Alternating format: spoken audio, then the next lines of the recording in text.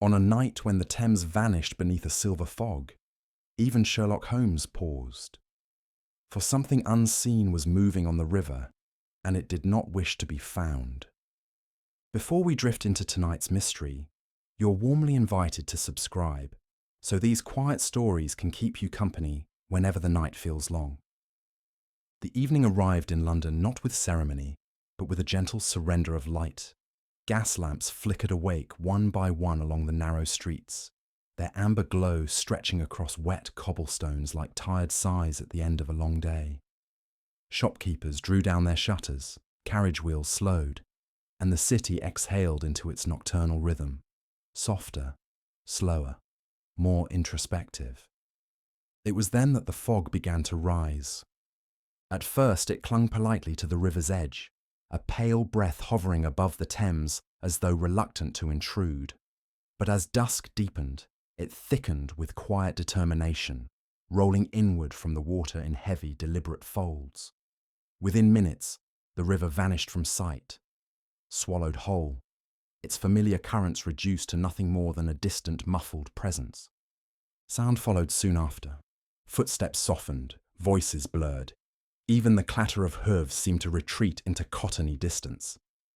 The fog did not merely obscure vision, it absorbed the city itself, swallowing shape, depth, and certainty until London felt less like a place and more like a memory half recalled.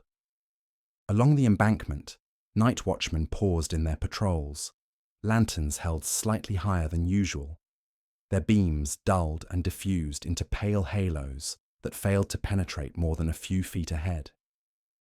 These were men accustomed to London's moods, to rain, to smoke, to the ordinary fogs that drifted in from time to time. Yet this was different. This fog possessed weight, intent.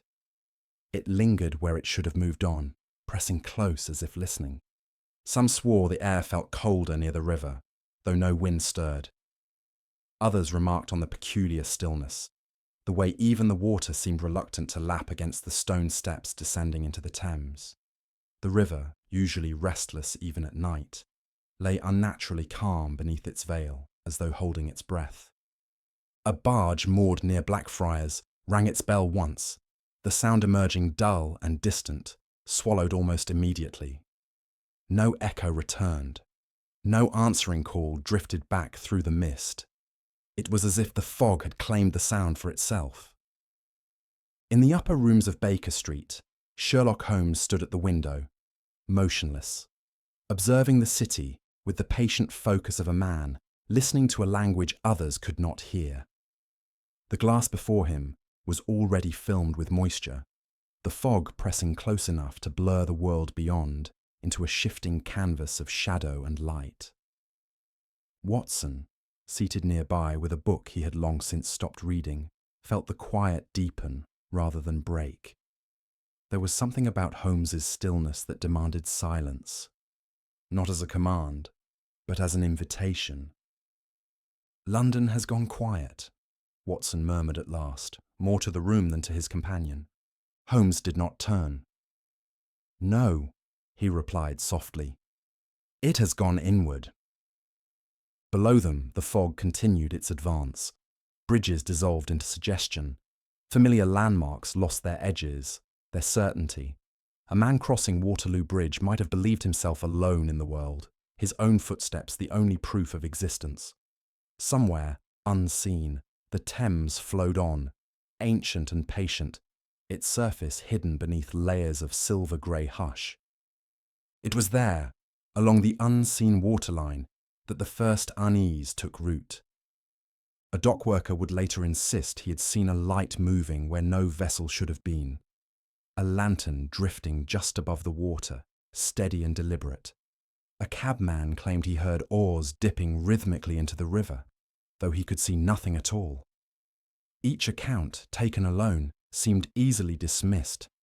Together they formed a whisper, faint, uncertain, but persistent. Holmes's fingers rested lightly against the window pane. "Fog," he said at last, "is a marvellous accomplice. It does not create mysteries, it merely persuades us to notice them." The city slept on. unaware that beneath the quiet surface of the night, something was already moving with purpose, hidden by the river's breath. And as the fog settled fully into London's bones, wrapping stone and water alike in its muffling embrace, the Thames carried its secrets onward, silent, patient, and waiting to be seen. By the following evening, the fog had not lifted. It lingered with quiet persistence, as though London itself had chosen to remain partially unseen. Even in daylight, the river appeared muted and distant, its surface hidden behind a veil that softened edges and dulled reflection. By nightfall, the city once again surrendered to that same silvery hush, and with it came stories. Watson spoke of them over a modest supper, his tone casual at first, though his eyes betrayed a deeper curiosity. He had spent the afternoon moving through the city, attending to patients whose ailments seemed no more serious than the damp chill that had crept into every corner of London. Yet at each stop, in hushed voices and careful glances toward the windows, he had heard the same thing repeated. Not loudly, not urgently, but as one might pass along a confidence meant only for those willing to listen. "They say he appears just after midnight," Watson began, setting his cup aside. "Always alone, always silent." Holmes remained seated in his chair, long fingers steepled, gaze unfocused yet attentive. He made no move to interrupt. "Dockhands, watchman, even a waterman or two," Watson continued. "None of them can quite agree on his features. Some say they never saw his face at all, only the glow of a lantern moving steadily along the water, as if guided by an invisible hand. Outside, the fog pressed gently against the windows of Baker Street, the gas lamps below reduced to floating orbs of pale gold. "They insist there is no sound," Watson said. "No splash of oars, no creak of wood. Just movement. A boat gliding where no boat should be." Holmes shifted slightly, the faintest sign of interest. "And the hour?" "Always the same," Watson replied. "Midnight. Not before, not after." There was something about the way Watson said it, not with excitement, but with quiet insistence, that lent the rumour a weight beyond mere superstition. These were not tales shared to frighten, but to make sense of something unsettlingly calm. One watchman along the embankment had described seeing the lantern emerge from the fog near the arches of London Bridge, its light steady and unwavering. He had watched it drift upstream, slow and deliberate, before vanishing near the bend where the river widened. When questioned, the man could offer no explanation for how a vessel could pass so close without sound, nor why its lantern cast no reflection upon the water's surface. Another claimed the opposite, that the light reflected too much, shimmering unnaturally against the fog rather than the river, as though the lantern itself were not bound by ordinary rules of distance or depth. Watson leaned back, his voice lowering. "One fellow told me he felt watched. Not threatened, simply observed, as though whoever held that lantern knew precisely who stood on the shore." Holmes rose at last and crossed the room to the window. He studied the fog beyond with renewed focus, as if the river lay just on the other side of the glass, waiting to be addressed. "A solitary figure," Holmes murmured, "appearing at a precise hour, silent, consistent, and never intercepted." Watson nodded. Several tried to call out. None received an answer. One man swore the lantern dimmed the moment he spoke, as though sound itself were unwelcome. For a time, neither spoke. The city outside remained subdued, wrapped in its muffled calm. Somewhere far below, the Thames continued its unseen passage, carrying whispers and reflections alike. "At midnight," Holmes said finally, "the river belongs to no one. Commerce sleeps. Curiosity wakes." Watson smiled faintly. "You think there's more to it?" "I think," Holmes replied gently, "that the river is being used as a stage. and the fog as its curtain.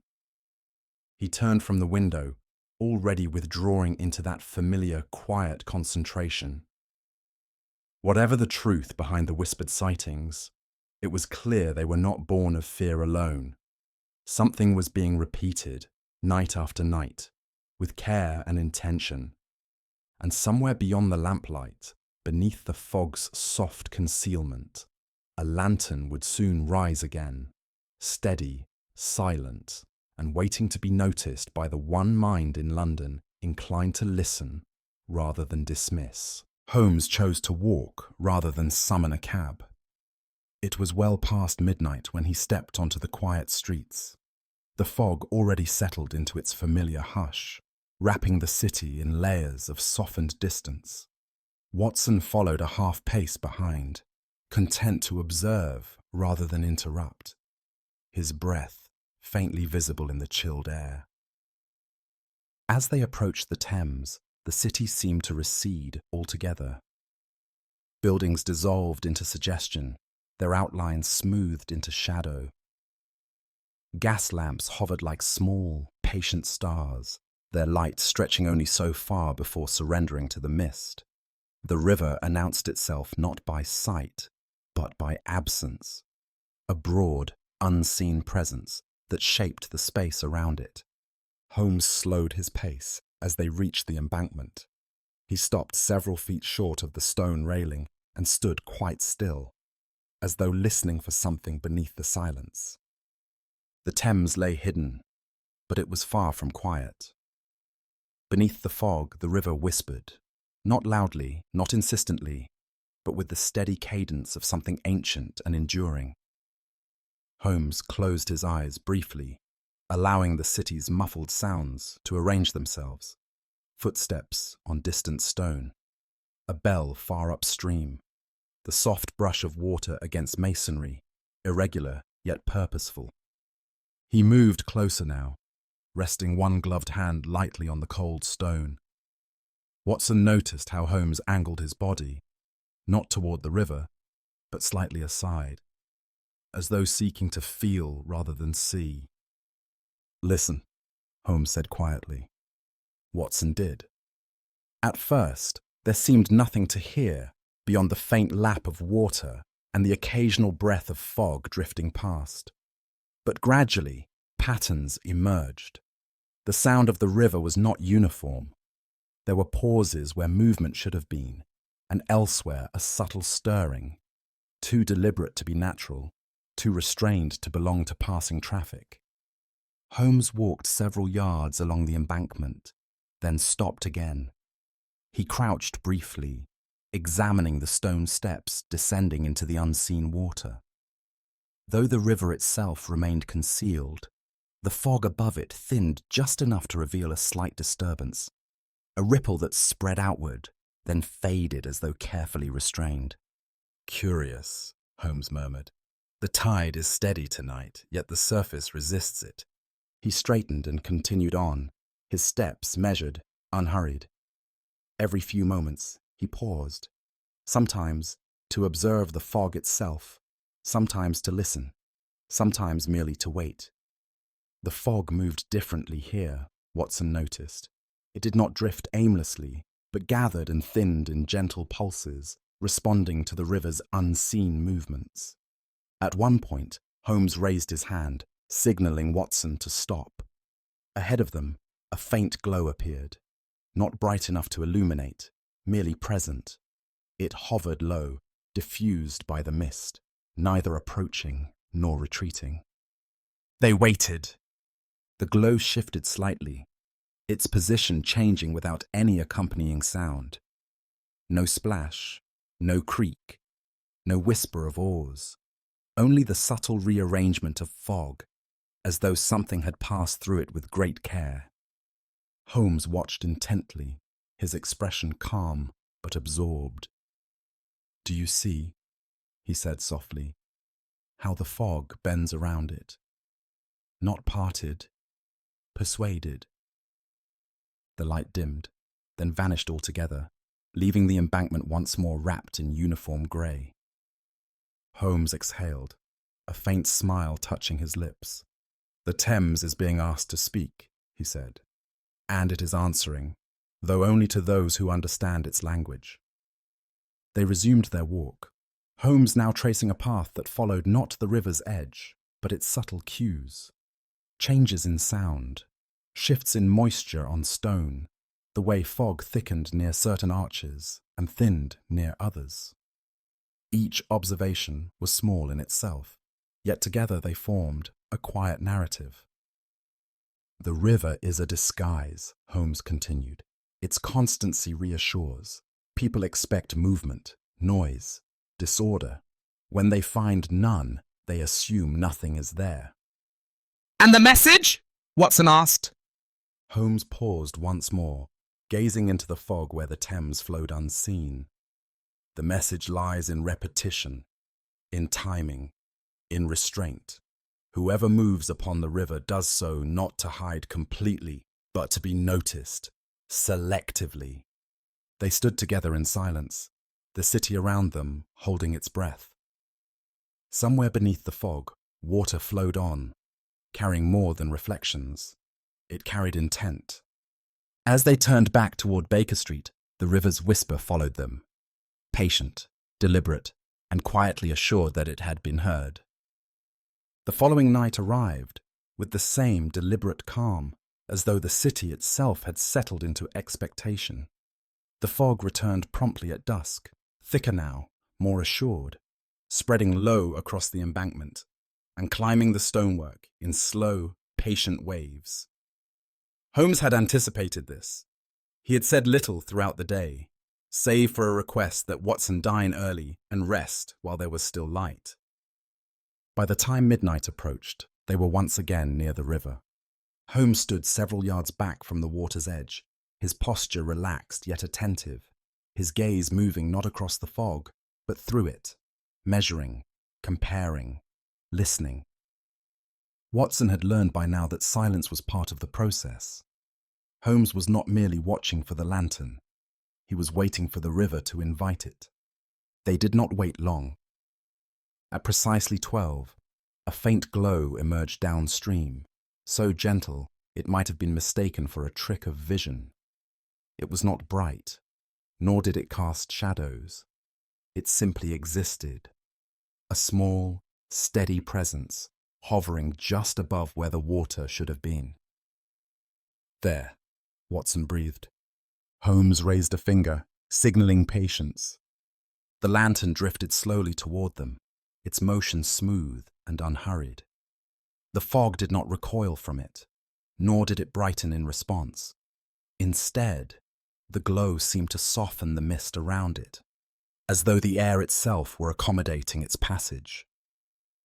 Watson leaned forward, peering over the stone railing. "It casts no reflection," he whispered.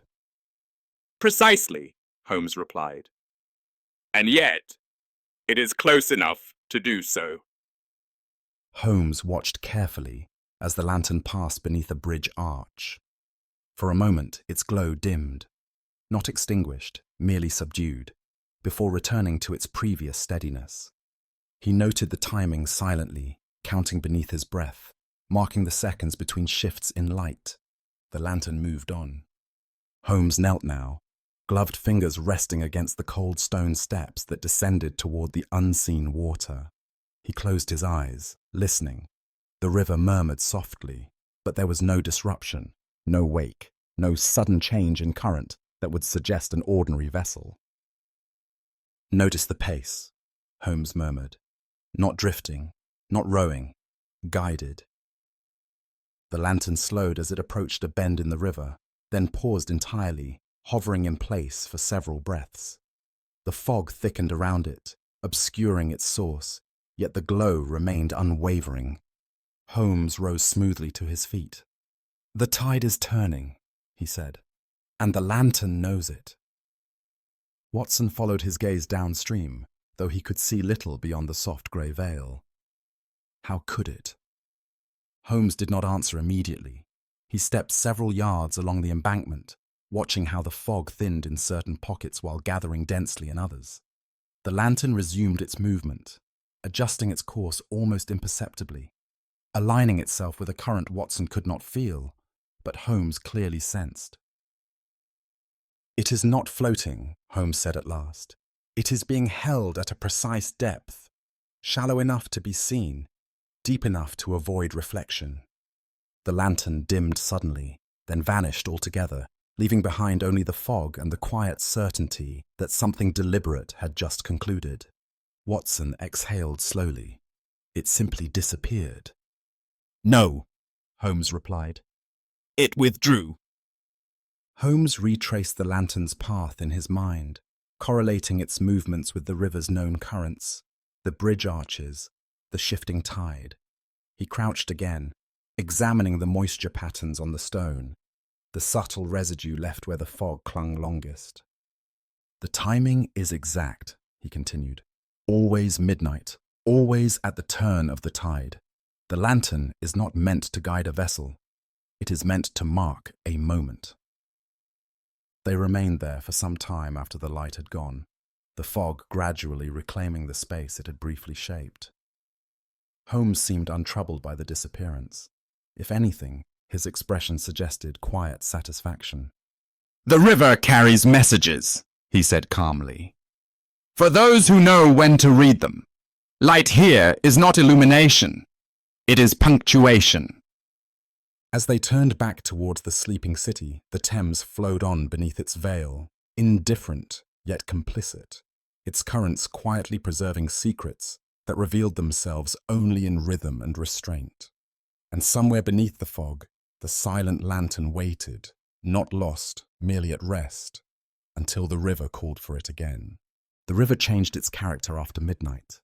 Watson felt it almost at once as their hired boat slipped quietly away from the embankment, its hull whispering against the Thames rather than cutting through it.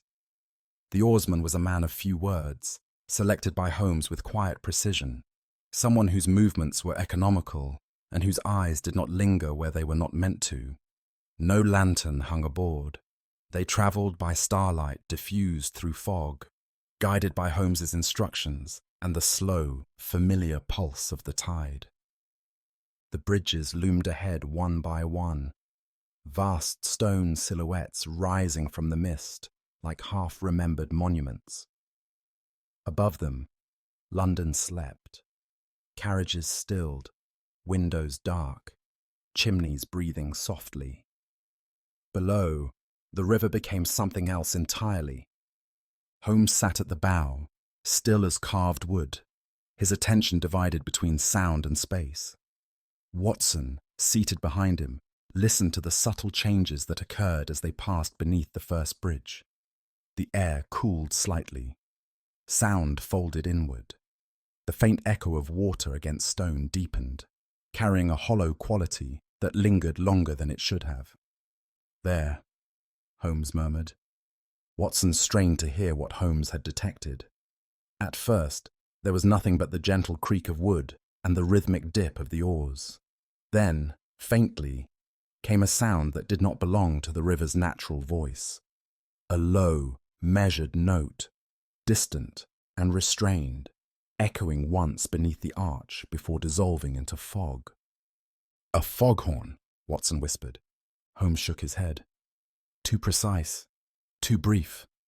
They drifted forward, the boat slowing as if guided by an invisible hand. Along the bridge's underside, Watson noticed small markers embedded in the stone. Not carvings, but metal fixtures dulled by age and moisture, placed at intervals irregular enough to escape notice, yet consistent enough to serve a purpose. As the boat passed the final marker, the sound came again. 2 short echoes this time, softer than before. Holmes nodded faintly. Acknowledged. They moved on. Each bridge revealed its own variation of the pattern. Beneath one, a lantern appeared briefly along the far bank. Not the same silent light they had seen nights before, but a hooded glow revealed only for a count of 3 heartbeats before being shuttered. Beneath another, the water's surface shifted subtly, disturbed not by a vessel but by a weighted line raised and lowered with careful timing. Watson felt a growing sense of unease, Not fear, but awe at the quiet coordination unfolding around them.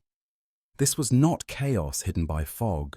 It was order concealed by familiarity. "How many people know this language?" Watson asked quietly. Very few, Holmes replied. Fewer still understand it fully. They passed beneath a narrower bridge, the stone pressing close above them. Here, the river's sound changed entirely. The fog seemed thicker, the air heavier. From somewhere ahead came a single, low note, not mechanical, but human, produced by breath through a horn or pipe, held just long enough to be heard and no longer. The oarsmen adjusted their course without being told. Holmes leaned forward slightly. "Notice the delay," he said. "Each signal arrives not immediately, but after the boat has committed to the passage. There is no room for hesitation. Once beneath the bridge, one must continue." The final bridge they passed was the oldest, its stone worn smooth by centuries of water and weight. Here, there were no lights, no sounds, no visible markers at all. And yet Holmes watched it most intently. For several moments, nothing happened. Then the water itself responded. A faint ripple moved across the surface, cutting perpendicular to the current, traveling from shadow to shadow like a breath held too long. The ripple reached the boat, passed beneath it, and vanished against the far bank. Holmes exhaled softly. "That," he said, "is confirmation." They emerged from beneath the bridge into open water once more. The fog thinned slightly, and the city's distant lights reasserted themselves, as though nothing remarkable had occurred. Watson looked back, half expecting to see some sign of the hidden exchange continuing. There was nothing, only stone, water, and mist. "And all of this," Watson said, "passes unnoticed." "Because it is meant to," Holmes replied. "It relies on patience, repetition, and trust in the river's constancy. Ordinary eyes look for spectacle. This operates on absence." The boat turned gently toward shore. Behind them, beneath the bridges of London, signals faded, echoes settled, and markers returned to anonymity. The river resumed its steady course, carrying secrets as easily as it carried silt, untroubled, unburdened, and perfectly content to be underestimated. By the time dawn thinned the fog into pale ribbons above the Thames, Holmes had already reached his conclusion. Watson knew the signs well.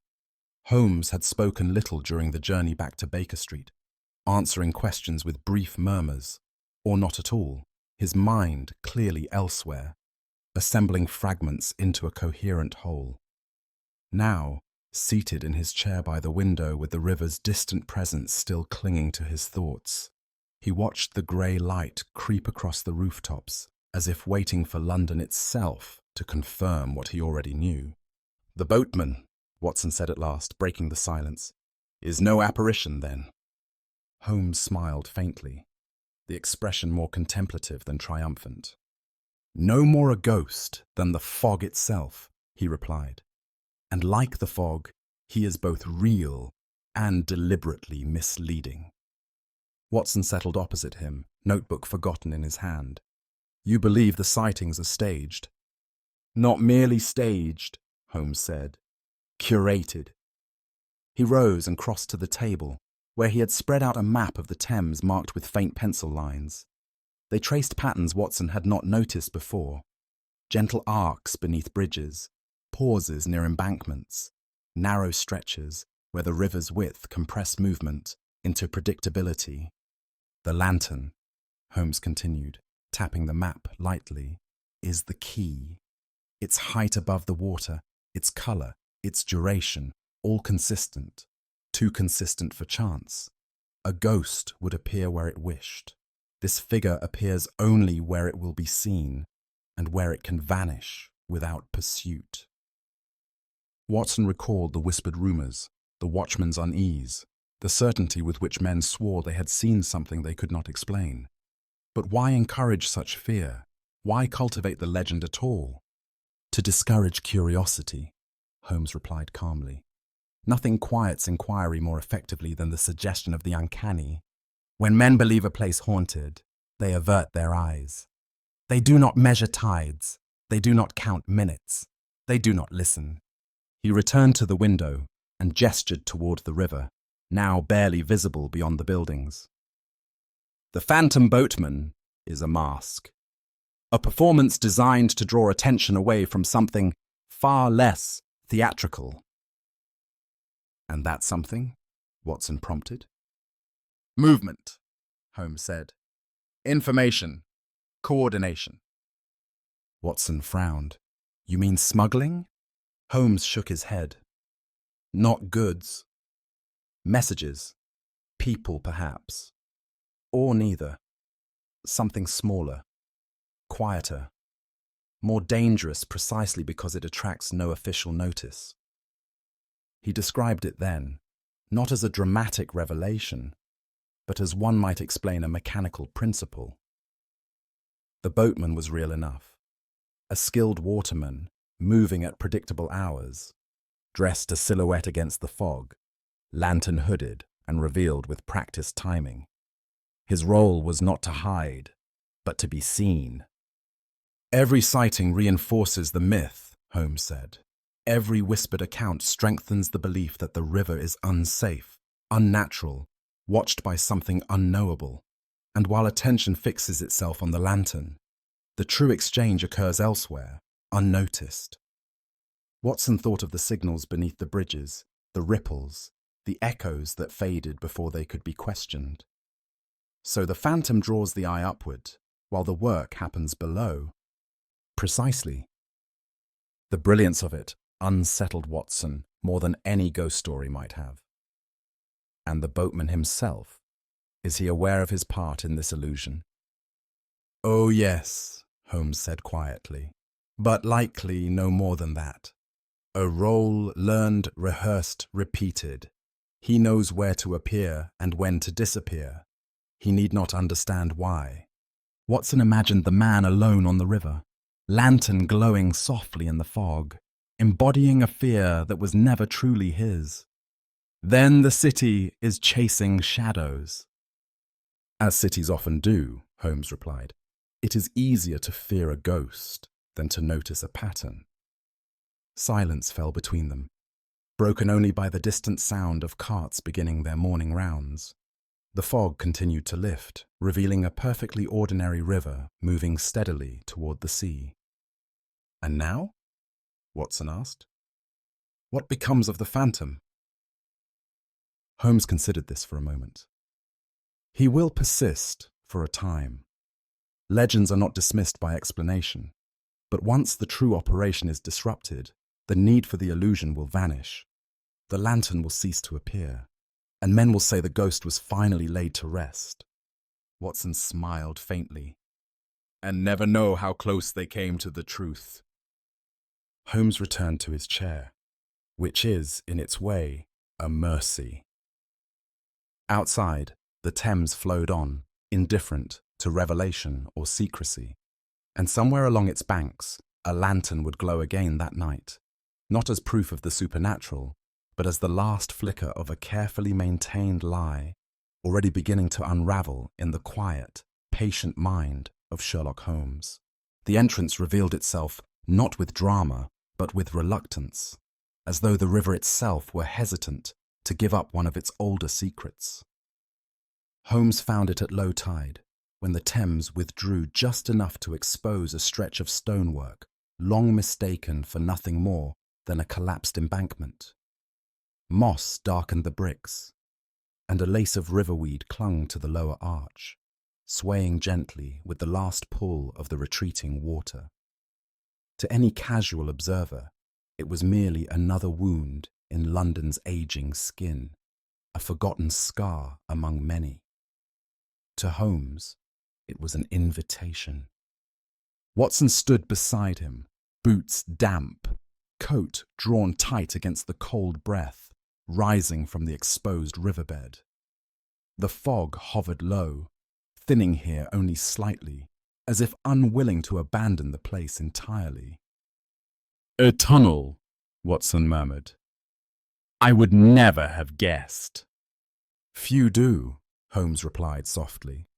That is the advantage of structures built for discretion rather than permanence. He knelt, running his fingers along the brickwork. The mortar was older than the surrounding embankment, worn smooth by decades of damp and neglect. Above the arch, a faded marking was barely visible. A number, perhaps, or the remnant of a company insignia long since erased by time and tide.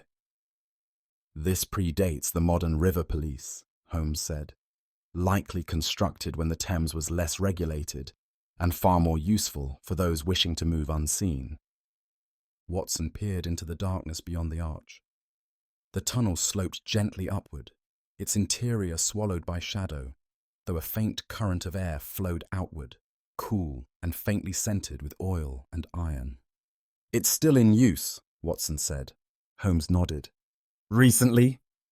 They entered carefully, their footsteps muffled by silt and grit. The sound of the river faded behind them, replaced by a deeper silence.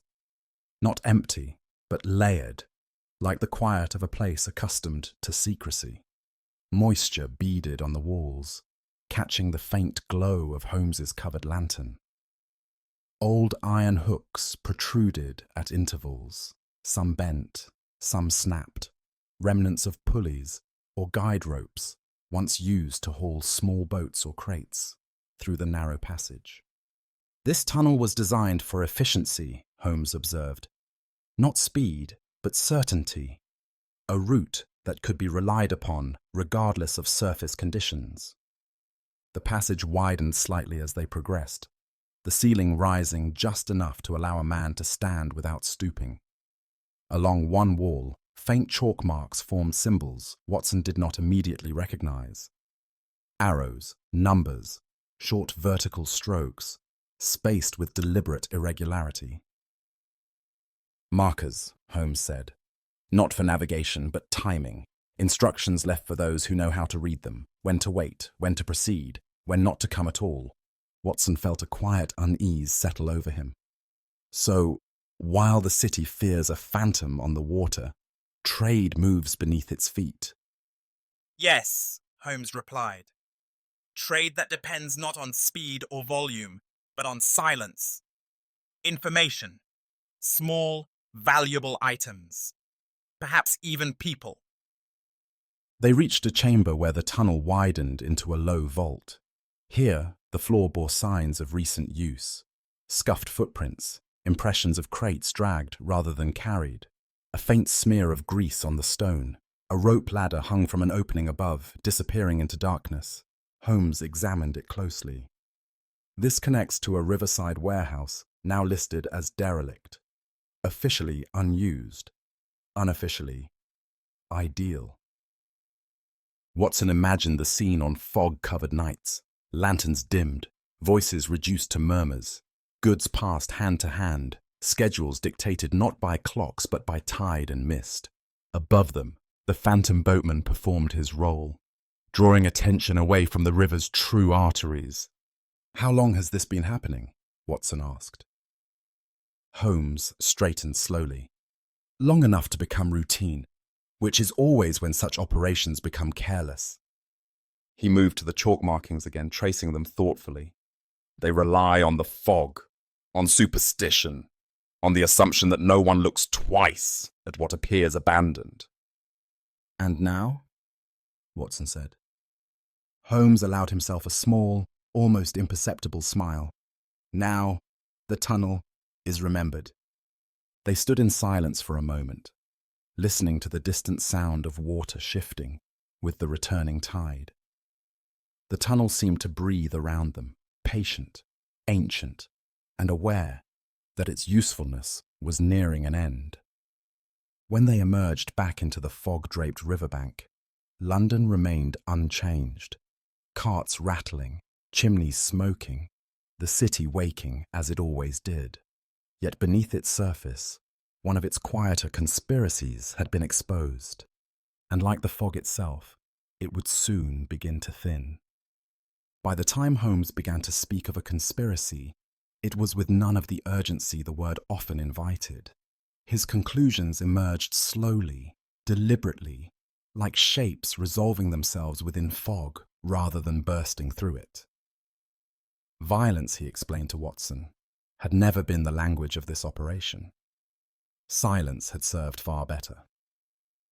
They sat in the dim sitting room of Baker Street while the city outside settled into another fog-laden night. The fire burned low, its warmth steady and unhurried, and Holmes held a thin sheaf of papers rescued from the forgotten tunnel, now spread across the small table between them. None bore seals or signatures. None announced their importance. Yet Holmes handled them with care, as though each carried weight far beyond its physical form. "These men," Holmes said quietly, "do not steal gold, nor traffic in contraband of the usual sort. They move information." Watson leaned forward.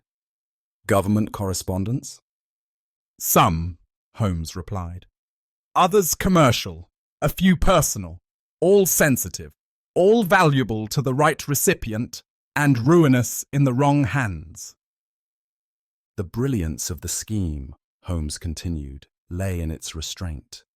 No threats, no coercion.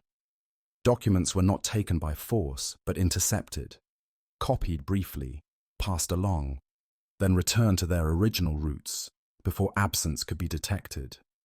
A ledger delayed by hours rather than days. A dispatch rerouted through fog and silence. A letter that arrived opened, yet intact. "The river provides anonymity," Holmes said. "The fog ensures plausible deniability. No faces, no voices. Only light, shadow, and timing." Watson recalled the phantom lantern, drifting without sound, drawing the eye while attention elsewhere faded. "The boatman." "A role," Holmes corrected gently. "One played not to frighten, but to distract. While eyes followed the ghost, the real exchanges occurred beneath bridges, within tunnels, or between moored vessels that appeared long abandoned." The network itself was small, that much Holmes was certain of. No sprawling criminal enterprise, no hierarchical structure. Each participant knew only one or two others, connected not by loyalty, but by necessity. A dock clerk skilled at reading tide tables, a lamplighter who knew precisely when fog thickened enough to dim visibility without raising suspicion, a clerk in a riverside warehouse who noticed which shipments arrived heavier than their manifest suggested. "They rely on routine," Holmes said, "and on the assumption that routine is invisible." Watson absorbed this quietly. "And the documents?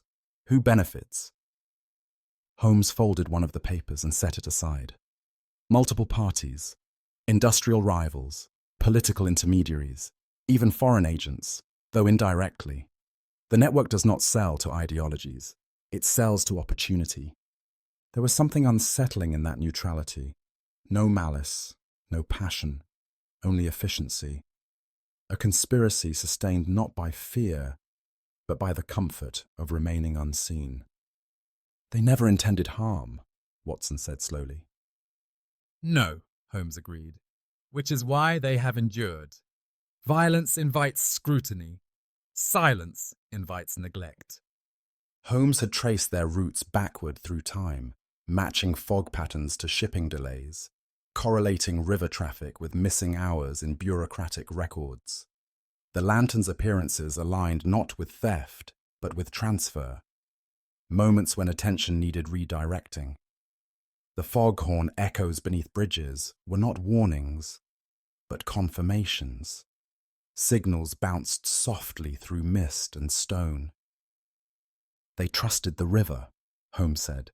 "Trusted that London would look inward rather than outward, that clerks would blame weather, that officials would accept inconvenience, that no one would ask why delays always favoured certain interests." Watson watched his friend carefully. "And now?" Holmes leaned back, his expression thoughtful rather than triumphant. Now the pattern has been observed, which is enough. He did not speak of arrests or exposure. Instead, he spoke of disruption, of altering routines subtly, of moving lamps, of notifying one careful official who would ask the right questions without announcing them. The conspiracy would dissolve not with confrontation, but with uncertainty. When silence no longer guarantees safety, Holmes said, those who depend upon it scatter. Outside, the fog pressed against the glass once more, familiar and quiet. Somewhere along the Thames, lantern light would soon rise again, perhaps for the last time. The river would continue to flow, indifferent, patient, carrying secrets until someone chose to listen. And Holmes, having listened, had already begun to let the silence speak for itself. Holmes did not move against the network with force, nor did he summon uniformed men to flood the riverbanks with questions and lanterns. Such actions, he knew, would only scatter shadows without truly dispelling them. Instead, he allowed the work to unfold as the river itself did, gradually, inexorably, and without spectacle. The first change was barely noticeable. A lamp along the embankment was adjusted, its angle altered so that its glow cut more sharply through the fog at midnight. Not brighter, merely different, enough to unsettle those who relied on familiarity. On another night, a dock schedule was revised, shifting the arrival of a cargo steamer by half an hour. A small alteration, easily explained, yet it rippled outward, disturbing a pattern that had held steady for years. Holmes moved through the city in quiet steps, accompanied by Watson more often than not, though the doctor was seldom told the full purpose of each errand. They spoke to men who did not realize they were being spoken to. Clerks who suddenly found their routines questioned by polite inquiries. Watchmen whose logs were requested for review. Lamplighters whose routes were adjusted under the guise of efficiency. No accusations were made. No names spoken aloud. Holmes understood that the strength of the operation lay not in secrecy alone, but in the confidence that secrecy would never be challenged. That confidence, once shaken, began to crumble. The phantom lantern appeared one final time, drifting beneath Westminster Bridge at precisely midnight. Watson watched from the riverbank as its pale glow hovered briefly against the fog. Yet something had changed. The tide was wrong. The current caught the boat at an awkward angle, forcing a correction that broke the illusion of effortless motion. Holmes had anticipated this. Unseen from the shore, a patrol vessel lingered farther upstream than usual, its presence subtle, its lights dimmed. Not a threat, merely a reminder that the river was no longer entirely unwatched. The lantern dimmed, hesitated, then vanished into the mist sooner than it ever had before. "It won't return," Watson said quietly. "No," Holmes replied. "It has served its purpose." Over the following days, documents reappeared precisely where they belonged. Delays vanished. Misrouted correspondence corrected itself as though by coincidence. Clerks found their work easier, their ledgers clearer, without understanding why.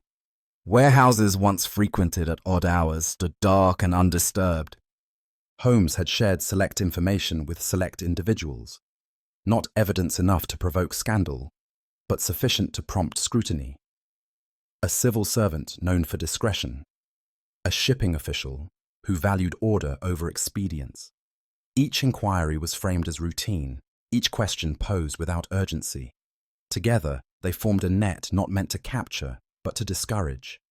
The network dissolved not in panic, but in resignation. One by one, its participants withdrew. A lamplighter requested reassignment.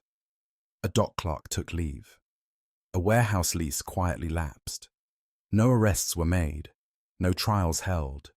There were no headlines to announce justice achieved, and yet justice had been done. Watson remarked upon it one evening as they stood watching the Thames from a quiet stretch of the embankment. The fog was thinner now, drifting lazily rather than pressing close. They'll never know it was you, Watson said. Holmes regarded the river thoughtfully. That is as it should be. But doesn't it trouble you, Watson asked, that they simply disappear? That there's no reckoning? Holmes shook his head gently. There is always a reckoning, Watson. It simply does not always wear the costume we expect. The river flowed on, unremarkable once more. Its surface reflected lamplight properly now, steady and honest. Barges passed without hesitation. Oars dipped and rose with sound restored to the night. What matters, Holmes continued, is that the river has been returned to its natural state, a place of passage, not concealment, movement, not manipulation. They stood in companionable silence, the city breathing around them. Somewhere far downstream, fog curled and thinned, surrendering to the approach of dawn. London would forget the phantom boatman soon enough. It would forget the lantern that cast no reflection, the whispers exchanged beneath bridges. That forgetting was not failure, but restoration. And Holmes, content in the knowledge that order had been restored without disturbance, turned away from the river, leaving it once more to flow unseen and unburdened through the heart of the city. Morning arrived without ceremony. It did not announce itself with bells or brilliance, but with a gradual softening of the world, as though London were slowly remembering itself after a long, uncertain dream. The fog thinned first along the river's edge. What had once been a dense, concealing veil now loosened into pale ribbons that drifted lazily across the water before dissolving altogether. The Thames emerged piece by piece, dark, broad, and unremarkable once more. Its surface caught the early light and held it honestly, reflecting the muted rose and silver of the waking sky. Holmes stood quietly along the embankment, hands clasped behind his back, coat drawn close not against cold, but habit. Watson lingered a respectful distance away, sensing that this was a moment not to be hurried or filled. The river moved as it always had, indifferent to the secrets it had carried only nights before. Barges began their slow progress upstream. A gull cried somewhere near the bridge. The city stirred. Carts rattled, shutters lifted. Footsteps returned to the pavements with the comforting rhythm of routine. "It's strange," Watson said at last, his voice low. "How ordinary it looks now." Holmes inclined his head slightly. Ordinary is the river's greatest defense. He watched the light strengthen, its reach extending beneath the arches of the bridges where fog had once pooled thickest. No lantern glowed there now. No silent boat drifted against the current. The Thames had surrendered its nocturnal disguises without protest. "Mysteries," Holmes continued softly, "often depend upon darkness not for their existence, but for their persistence.